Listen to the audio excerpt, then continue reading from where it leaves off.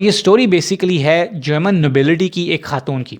ये basically Germany के अंदर जो है ये फेमस हुई थी काफ़ी ज़्यादा 20 साल पहले, क्योंकि इन्होंने उस वक़्त एक कॉफ़ी के ऐड में जो है वो काम किया था। और उसकी स्पेशलिटी ये थी उस ऐड की कि वो जो ऐड था वो उनके अपने पैलेस के अंदर शॉट हुआ था।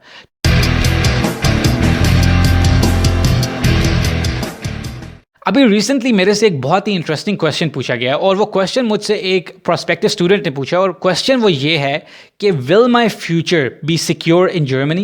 यानी उन्होंने मुझसे ये पूछा है कि क्या उनका फ्यूचर जो है वो जर्मनी के अंदर महफूज होगा, और क्या मैं उनको, साथ ही उन्होंने ये पूछा कि क्या मैं उनको ये श्योरिटी दे सकता हूँ या मैं क्या उनको ये गारंटी दे सकता हूँ कि जर्मनी में जो है अगर वो आएँ यहाँ पे पढ़ने के लिए, यहाँ काम करने के लिए, यहाँ रहने के लिए, तो क्या उनका फ्यूचर जो है वो सिक्योर हो जाएगा। मैं उनको अपने एक्सपीरियंस से बताऊं, क्योंकि उनको पता है कि मैं जर्मनी के अंदर जो है मैंने यहाँ पढ़ाई की और मैं यहाँ पे काम कर रहा हूँ, तो इसलिए उन्होंने मुझसे ये क्वेश्चन पूछा है। तो इस क्वेश्चन का आंसर जो है, मेरे ख्याल में ये बड़ा इंटरेस्टिंग क्वेश्चन है, और इस क्वेश्चन का आंसर जो है वो मैं आप सब लोगों के साथ जो है ना वो शेयर करना चाहता हूँ। और इसका आंसर जो है वो मैं एक छोटी सी एक स्टोरी के थ्रू शेयर करना चाहता हूँ। और ये स्टोरी बेसिकली है जर्मन नोबिलिटी की, एक खातून की। आप लोगों को पता होगा कि जर्मनी के अंदर जो नोबिलिटी है या जो रॉयल फैमिली है, उसको जब वाइमार रिपब्लिक बनी थी तो उन्होंने जो है वो उसको एबॉलिश कर दिया था। और उसके बाद जब फेडरल रिपब्लिक ऑफ जर्मनी बना था तो उन्होंने बिल्कुल ही जो है उसको एक्सेप्ट करने से नोबिलिटी के स्टेटस को इनकार कर दिया था और वो ख़त्म हो गई थी। क्योंकि उससे पहले जो नोबिलिटी थी जर्मनी के अंदर, जो रॉयल फैमिली थी, या जिसको ब्लू ब्लड भी कहते हैं, उन लोगों के जो है वो स्पेशल पर्क्स और प्रिविलेजेस थे as compare to normal people. ठीक है, तो लेकिन ऑफ कोर्स जो वो नोबिलिटी है, जो रॉयल फैमिली है, उनके डिसेंडेंट्स तो अभी तक हैं जर्मनी के अंदर, और उनके पास काफ़ी ज़्यादा वेल्थ भी है, वो लोग काफ़ी ज़्यादा पैसे वाले हैं। तो ये खातून जो है ये उसी नोबिलिटी में से हैं। और ये बेसिकली जर्मनी के अंदर जो है ये फेमस हुई थी काफ़ी ज़्यादा 20 साल पहले, क्योंकि इन्होंने उस वक़्त एक कॉफ़ी के ऐड में जो है वो काम किया था। और उसकी स्पेशलिटी ये थी उस ऐड की कि वो जो ऐड था वो उनके अपने पैलेस के अंदर शॉट हुआ था। तो उनके पास अपना ज़ाती जो है वो पैलेस है, और उसका नाम है श्लॉस ट्यूसलिंग। वो बवेरिया के अंदर वो पैलेस है, आप उसको चेक भी कर सकते हैं गूगल पे। तो आप इससे इमेजिन कर सकते हैं कि उनकी वेल्थ का जो है ना वो क्या लेवल होगा और उनका फाइनेंशियल स्टेटस क्या होगा। तो वो जो खातून है उनका एक बेटा है, उसका नाम है कार्ल चार्ली। जो उनका बेटा है कार्ल, वो जर्मनी से अमेरिका गया पढ़ने के लिए। ठीक है, उसने अमेरिका में अपनी पढ़ाई जो है ना वो कंप्लीट की और बहुत ही अच्छी यूनिवर्सिटी से वहाँ से उसने पढ़ा। आई थिंक सो उसने टेक्सास से पढ़ा है, मुझे एग्जैक्ट यूनिवर्सिटी का नहीं पता कि उसने किस यूनिवर्सिटी से पढ़ा है, लेकिन उसने एक अच्छी यूनिवर्सिटी से वहाँ अपनी पढ़ाई कंप्लीट की। जब उसने वहाँ पे पढ़ाई अपनी कंप्लीट कर ली तो उसने ये सोचा कि मैं जर्मनी जाऊँगा अपने फ्यूचर के लिए, अपना फ्यूचर, क्योंकि मेरा जर्मनी में फ्यूचर जो है वो सिक्योर है, वो महफूज है। और वो बड़ी ऑब्वियस सी बात है, लॉजिकल सी बात है, क्योंकि जर्मनी के अंदर वो खुद भी जर्मन है और उनकी फैमिली जो है वो जर्मनी के अंदर इस्टेब्लिश्ड है, वो रॉयल फैमिली के मेंबर हैं, उनके पास इनॉर्मस ह्यूज वेल्थ है, उनके पास बहुत ज़्यादा अमीर हैं, वो बिलियनर हैं।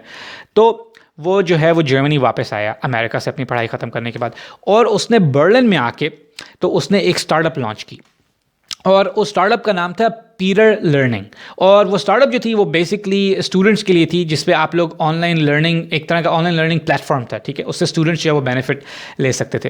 तो वो उसका को फाउंडर बन गया जो कार्ल था। तो एक दिन हुआ यूँ कि कार्ल जो है वो अपने ऑफिस से निकला बर्लिन से, और ये प्रॉब्ली लास्ट ईयर की बात है। वो अपने ऑफिस से निकला और वो रोड क्रॉस कर रहा था। तो रोड क्रॉस करते हुए एक गाड़ी ने आके उसको हिट किया एक्सीडेंटली, और वो गिर गया रोड के ऊपर। तो जब वो गिरा तो उतनी देर में एक दूसरी गाड़ी ने भी उसको आके हिट किया जो अपोजिंग डायरेक्शन से आ रही थी, और उसको बहुत ही सवेयर हेड इंजरीज हुई। और वो 7 दिन तक, ये पूरे जर्मन मीडिया में ये न्यूज़ बहुत ही ज़्यादा उस वक्त हुई थी। वो 7 दिन तक जो है वो हॉस्पिटल में रहा, और आई थिंक 8वें दिन वो जो है वो मर गया। तो और इवन जो उसकी स्टार्टअप है जिसका नाम पीटर लर्निंग था, अब उन्होंने उसको ट्रिब्यूट, एज अ ट्रिब्यूट उसको कमेमोरेट करने के लिए उसका नाम जो है वो शार्ली एजुकेशन रखा हुआ है। तो कहने का ये मकसद था, बताने का ये मकसद था कि उसकी जो ये मूव थी अमेरिका से जर्मनी आने की एक सिक्योर फ्यूचर के लिए, ये बिल्कुल एक लॉजिकल और सेन मूव थी।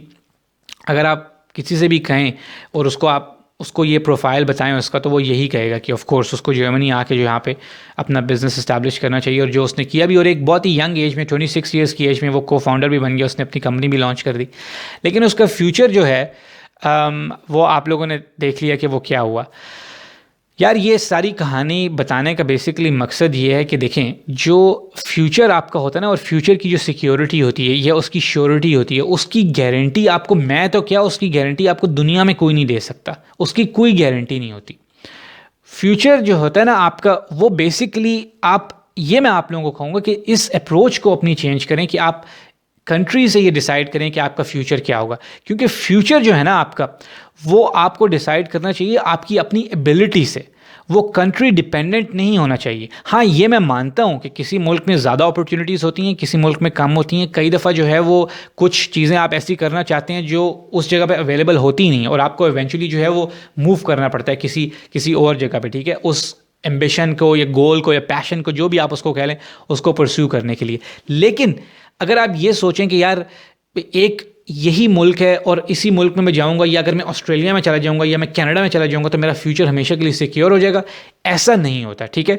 सिर्फ जो है ना, ये आपका जो फ्यूचर सिक्योर होता है, ये आप लोगों की अपनी एबिलिटी पे सिक्योर होता है। आप लोग किसी भी मुल्क की एग्जांपल ले रहे हैं जिनकी इकॉनमी जो है वो इतनी स्ट्रांग नहीं है, इमेजिन करें जितनी जर्मनी की है या अमेरिका की है, ठीक है, तो क्या उस मुल्क में आप लोगों के में आपने लोग नहीं देखे जिनका फ्यूचर जो है वो बहुत ही ज़्यादा ब्राइट है, जो बहुत ही सक्सेसफुल लोग हैं?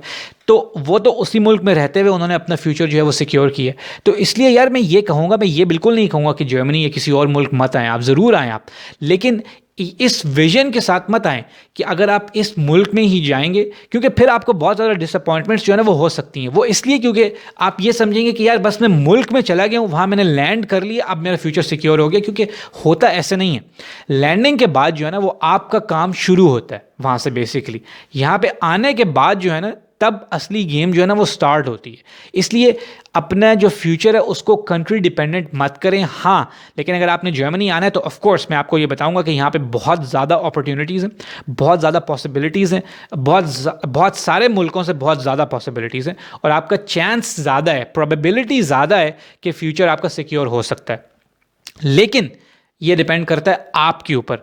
और जहाँ तक बात हुई इसकी श्योरिटी की या गारंटी की, वो आपको दुनिया में कोई नहीं दे सकता, और ना ही आप किसी से लें ये गारंटी, ठीक है। सिर्फ अपने आप से लें ये गारंटी, क्योंकि आपने जो है वो अपनी एबिलिटीज़ पे बिलीव करना है तो आपका फ्यूचर सिक्योर होगा, ठीक है ना। इस वीडियो में यार बस सिर्फ यही शेयर करना था और यही एक मैसेज था। अगर आप लोगों के कोई क्वेश्चंस हैं इस वीडियो से रिलेटेड, या अगर आप लोगों को ये वीडियो हेल्पफुल या इन्फॉर्मेटिव लगी है तो प्लीज़ कमेंट्स में लिख के ज़रूर बताइएगा, और इसको शेयर भी उन लोगों के साथ ज़रूर करें जिनका आपको लगे कि उनको भी इससे बेनिफिट हो सके।